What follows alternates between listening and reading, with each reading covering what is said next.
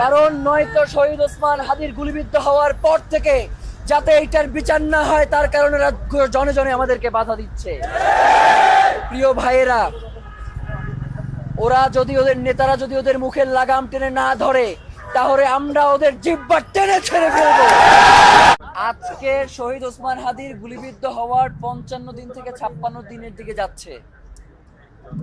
সরকারের পক্ষ থেকে আশ্বস্ত করবার জন্য এমন কোনো পদক্ষেপ নেওয়া হয়েছে যেটাতে আপনারা আশ্বস্ত হয়ে ঘরে ফিরে যেতে পারেন? এই সরকার শহীদ ওসমান হাদি গুলিবিদ্ধ হওয়ার পর থেকে এখন পর্যন্ত এটাকে আড়াল করবার জন্য যেই প্রচেষ্টা করেছে তার 10%ও যদি খুনিদেরকে জনতার সম্মুখে আনবার চেষ্টা করতো তাহলে এতদিনে খুনিরা ধরা পড়ে যেত। এই তদন্তকারী সংস্থাগুলো শহীদ ওসমান হাদির গুলিবিদ্ধ হওয়ার সময়, গুলিবিদ্ধ হওয়ার দিন রাত 12টায় আমাকে ফোন করে বলে যে শহীদ ওসমান হাদি যেখানে গুলিবিদ্ধ হয়েছে সেটার সিসি ফুটেজ আমি তার দিতে পারবো কিনা। তাইলে ওর কাজটা কি? ও কি করবে? ও তদন্ত সংস্থা কিসের জন্য ওইখানে বসে আছে? ওরে ট্যাক্সের টাকা দিয়ে কি আমরা বসায় রাখছি আমি সিসিটিভি ফুটেজ দিব এই জন্য? প্রিয় ভাইয়েরা, এরপরে রেজওয়ানা আপা এসে বলল যে 90% তদন্তের কাজ শেষ, মাত্র আর 10% আছে, এর জন্য 10টা দিন সময় লাগবে। 7 তারিখ পর্যন্ত তারা সময় চাইছিল শাহবাগ আইসা, আপনাদের মনে নাই? তারা 10 দিন সময় নেওয়ার পরে আমাদের সাথে কোনো ধরনের যোগাযোগ না করে হঠাৎ করে একদিন দেখি বিকালবেলা টিভির পক্ষ থেকে সাংবাদিক সম্মেলন করা হচ্ছে চার্জশিট প্রকাশের জন্য, আমরা কেউ কিছু জানি না। আবার পরের দিন টিভি থেকে বলা হয় চার্জশিট আদালতে প্রেরণ করা হয়েছে, আদালত বলে চার্জশিট পাই নাই। বিকাল 5টা পর্যন্ত এই ধরনের তালবাহানা করছে। তালবাহানা করার পরে আমরা ওইখানে বলেছি এই চার্জশিট আজকে না নিয়ে আমরা কেউ যাব না। রাত 10:45-এ আদালত থেকে চার্জশিট নিয়ে এরপরে আমরা বাসায় গিয়েছি। বাসায় গিয়ে চার্জশিট খুলে দেখি আল্লাহ কি অবস্থা। মানে এই চার্জশিটে এই খুনের পিছনে কারা রয়েছে তাদের কোনো ধরনের নাম গন্ধ এই চার্জশিটের মধ্যে নাই। এই চার্জশিটের মধ্যে একজন কমিশনারকে, ওয়ার্ড কমিশনারকে মাস্টার মাইন্ড বানানো হয়েছে না? এই মাস্টার মাইন্ড কোথা থেকে এই খুনের সাথে যুক্ত হয়েছে তার কোনো তথ্য এই চার্জশিটের মধ্যে নাই। এই চার্জশিটের মধ্যে খুনি সে যে আওয়ামী লীগের হানিফের সাথে যে তার সিঙ্গাপুরে বৈঠক হয়েছে সেই ব্যাপারে এইখানে কোনো তথ্য নাই। এইখানে এই খুনি চক্রের সাথে যারা আমাদের সেন্টারে এসেছিল, ইনকিলাব সেন্টারে, তাদের অনেকের ব্যাপারে সুস্পষ্ট কোনো তথ্য নাই। এই চার্জশিট যদি গ্রহণ করা হইতো তাহলে বাংলাদেশে শহীদ ওসমান হাদির হত্যার ব্যাপারে কারো কোনো শাস্তিই হইতো না। কারণ যেই দুইজনকে চিহ্নিত করা হয়েছে তাদেরকে এখন পর্যন্ত দেশের অভ্যন্তরে খুঁজে পাওয়া যায় না। তার মানে সরকার পুরো বিষয়টাকে ধামাচাপা দিয়ে দিত। আমরা আদালতে গিয়ে সেই চার্জশিটের ব্যাপারে নারাজি দিয়েছি। আমরা বলেছি এই চার্জশিট আমরা মানি না। যতক্ষণ পর্যন্ত এই খুনের পেছনে যারা রয়েছে তাদেরকে জনতার সম্মুখে বিচারের মুখোমুখি করা না হবে ততদিন পর্যন্ত এই চার্জশিট আমরা গ্রহণ করব না। পরবর্তী সময়ে টিভির কাছ থেকে নিয়ে সিআইডির কাছে এই চার্জশিটের জন্য তাদের কাছে তদন্তের ভার দেওয়া হয়েছে। সিআইডি এখন প্রতিনিয়ত তদন্তের তারিখ পেছাচ্ছে। চার্জশিট দাখিলের মানে তার তদন্ত আর শেষ হয় না এবং কিয়ামত পর্যন্ত সম্ভবত এই তদন্ত শেষ হবেও না। যার কারণে আমরা মনে করছি যে জাতিসংঘের অধীনেই শহীদ শরীফ ওসমান হাদির তদন্ত নিশ্চিত করতে হবে। আমাদের অপশন 3টা। নাম্বার 1, জাতিসংঘের অধীনে, জাতিসংঘের তত্ত্বাবধানে শহীদ ওসমান হাদির হত্যার তদন্ত করতে হবে। আমাদের দাবি 2, জাতিসংঘের অধীনে শহীদ ওসমান হাদির হত্যার তদন্ত করতে হবে। আমাদের দাবি ৩, জাতিসংঘের অধীনেই শহীদ ওসমান হাদির হত্যার তদন্ত করতে হবে। এর বাইরে আমাদের কোনো দাবি নাই। প্রিয় ভাইয়েরা, এই যে এতক্ষণ ধরে শহীদ ওসমান হাদির স্ত্রী, যিনি জীবিত থাকা অবস্থায় কোনোদিন তার স্ত্রীকে বাহিরে নিয়ে আসেন নাই, তার স্ত্রীও কোনোদিন বাহিরে বের হওয়ার প্রয়োজন বোধ করেন নাই। আজকে বিকাল 4টা, এখন বাজে কয়টা? এখন 12টা পার হয়ে গেছে। 8 ঘন্টা ধরে এই শীতের মধ্যে শহীদ ওসমান হাদির স্ত্রী যমুনার সামনে বসে আছে।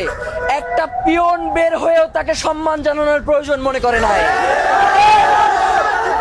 তার সন্তান 11 মাস বয়স, দুধের বাচ্চা, বাসায় বসে কান্নাকাটি করছে। সে এখনো বুকের দুধ খায়। যারা এখানে মা আছেন আপনারা বুঝবেন যে সন্তান ছাড়া একটা মা দুধের বাচ্চা কিভাবে দূরে থাকে। 2 ঘন্টা তার শিশু সন্তানকে গেটের বাইরে দাঁড় করায় রাখা হয়েছে, ভিতরে ঢুকতে দেওয়া হয় নাই। প্রিয় ভাইয়েরা, আপনাদেরকে একটা কথা বলি। একটু আগে প্রেস সেক্রেটারির মাধ্যমে একটা স্ট্যাটাস এসেছে যে সরকার নাকি অলরেডি জাতিসংঘের এই তত্ত্বাবধানে যাতে শহীদ ওসমান হাদির হত্যার বিচার হয়, তদন্ত হয়, সেটা নিশ্চিত করবার জন্য তারা অতি দ্রুত পদক্ষেপ নেবেন। এই সরকারি শহীদ ওসমান হাদির হত্যার বিচার তার মেয়াদের আগে করবার জন্য অঙ্গীকার করছিল না? সে সেই ব্যাপারে কোনো কিছু করতে পারছে? এখন কি তার এই স্ট্যাটাসে আশ্বস্ত হয়ে আমরা বাসায় ফিরে যাব? যতক্ষণ পর্যন্ত এই চিঠি ইস্যু না হবে ততক্ষণ পর্যন্ত আমরা রাজপথে থাকব। একটা মিডিয়াকে ভেতরে ঢুকতে দেয়া হচ্ছে না, মিডিয়াগুলোকে ভিতরে ঢুকতে দেয়া হচ্ছে না, এবং ভিতরে কোনো ধরনের খাবার পানীয় প্রবেশ করতে দেয়া হচ্ছে না। 8 ঘন্টা ধরে আমরা 1 ফোঁটা কেউ পানি খাই নাই। 8 ঘন্টা ধরে ওইখানে বসে চিল্লাচ্ছি, 1 ঘন্টা পানি আমাদের কাছে পৌঁছানো হয় নাই। প্রিয় ভাইয়েরা, একটা কথা বলি, এইখানে তো দিল্লির ওই হাসিনা বইসা নাই, এইখানে তো আপনার আমার সরকার বইসা আছে। কথা বলে তাইলে সেই সরকার শহীদ ওসমান হাদিকে রক্ষা করতে পারে নাই, তার বিচারটা এখন পর্যন্ত শুরু করতে পারে নাই, তার স্ত্রীকে 8 ঘন্টা ধরে পানি না খাইয়া ওইখানে বসাই রাখছে রাস্তার মধ্যে। প্রিয় ভাইয়েরা, এই ইন্টারিম আবার নাকি খুব সুন্দর একটা নির্বাচন আপনাদেরকে 12 তারিখ উপহার দিতে চাইতেছে। আমরা তো চাই বাংলাদেশের জনগণ বিগত 17 বছর ধরে তার যে অধিকার, ভোট দেওয়ার অধিকার থেকে বাংলাদেশের জনগণকে দূরে সরিয়ে রাখা হয়েছিল। ভোট দিতে গেলে এই বাংলাদেশের মা বোনদেরকে গণধর্ষণের শিকার হইতে হয়েছিল, ভাইদেরকে পঙ্গু করা হয়েছে, গুম করা হয়েছে, খুন করা হয়েছে। যার কারণে আমরাও জানি বর্তমানে বাংলাদেশের জন্য নির্বাচন অত্যন্ত গুরুত্বপূর্ণ। কিন্তু আমরা দেখতে পাচ্ছি বিভিন্ন রাজনৈতিক দলের ছাত্রী অ্যাক্টিভিস্ট, এরা কোনো জাতের না, এরা ছাত্রীর বাইরে এদের কোনো সংজ্ঞায়ন নাই। এই ছাত্রী অ্যাক্টিভিস্টগুলো নাকি বলবার চেষ্টা করতেছে আমরা নাকি নির্বাচন বানচাল করবার জন্য রাজপথে নেমে এসেছি। শহীদ ওসমান হাদি যখন গুলিবিদ্ধ হয় তখন এই শুয়ারের বাচ্চাগুলা বলেছে শহীদ ওসমান হাদি নাটক করতেছে। গুলিবিদ্ধ হওয়ার পর বলতেছে শহীদ ওসমান হাদি নিজে নাকি ভাড়া করে এই গুলি চালিয়েছে। এরপরে যখন শহীদ ওসমান হাদি শাহাদাত বরণ করেছে, তখন যখন মানুষ রাজপথে নেমে এসেছে, তখন সে বলেছে কোনো একটা রাজনৈতিক দলের মাধ্যমে রাজপথে মব সৃষ্টি করা হচ্ছে। এরপরে যখন এখন পর্যন্ত 55 দিন ধরে এই বিচারিক প্রক্রিয়া কিভাবে সামনের দিকে এগিয়ে যাবে সেই ব্যাপারে কোনো সুস্পষ্ট বার্তা নেই। আজকে যখন আমরা অল্প কয়েকটা মানুষ খুবই সুনির্দিষ্ট একটা দাবি নিয়ে এখানে এসে উপস্থিত হয়েছি, তখন এই হারামির বাচ্চাগুলা বলে আমরা নাকি একটা নির্বাচন বানচাল করবার জন্য রাস্তায় নেমে এসেছি। প্রিয় ভাইয়েরা একটা কথা বলি, ওরা যদি এই ধরনের কথা বারংবার বলে যায় এবং ওদের নেতারা যদি ওদের মুখের লাগাম টেনে না ধরে, তাহলে প্রথমত হচ্ছে আমরা মনে করব এই খুনের পিছনে ওদের নেতাদের হাত রয়েছে। কারণ নয়তো শহীদ ওসমান হাদির গুলিবিদ্ধ হওয়ার পর থেকে যাতে এইটার বিচার না হয় তার কারণে জনে জনে আমাদেরকে বাধা দিচ্ছে। প্রিয় ভাইয়েরা,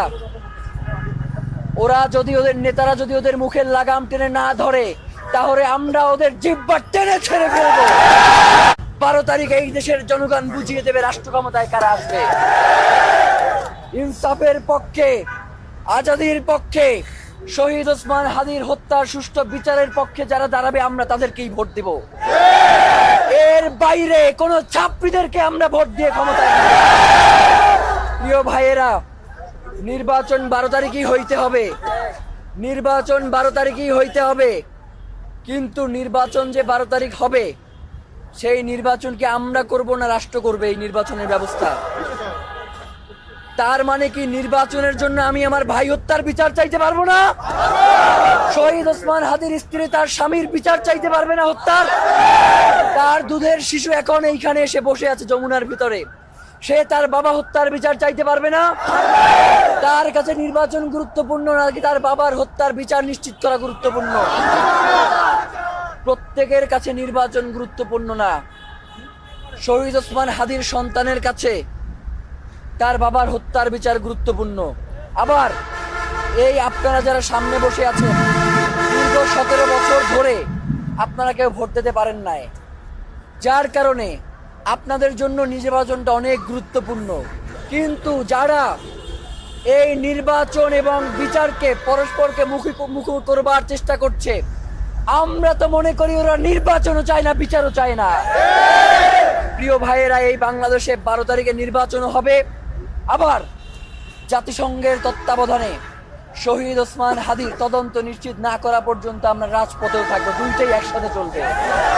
প্রয়োজনে এইখান থেকেই আমরা 12 তারিখে ভোট দিতে প্রয়োজনে যাব এবং ভোট কেন্দ্রগুলোতে যাতে কোনো ধরনের অপ্রীতিকর পরিস্থিতি তৈরি না হয় সেটার ব্যাপারে আমরা ব্যবস্থা গ্রহণ করব, কিন্তু রাজপথ ছেড়ে আমরা কোথাও যাব না। প্রিয় ভাইয়েরা, আপনাদের কি খুব কষ্ট হবে রাজপথে থাকতে? শহীদ ওসমান হাদি যদি আপনার জায়গায় থাকতো, সে কি আপনাকে ছেড়ে একা চলে যাইতো? যার কারণে যেহেতু আপনারা শহীদ ওসমান হাদির ভাই, শহীদ ওসমান হাদির বোনরা এখানে বসে আছেন, আমরা তো মনে করি আমরাও যদি চলে যাই আপনারা চলে যাবেন না, এতটুকু বিশ্বাস আমাদের আপনাদের প্রতি আছে। প্রিয় ভাইয়েরা, আমরা আপনাদের সাথে কথা না বলে কোথাও যাব না। আমরা শুধু এইটুকু জানানোর জন্য এতদূর পর্যন্ত আপনাদের কাছে আসছি, যাতে আপনারা কোনো বিভ্রান্তির মধ্যে না থাকেন।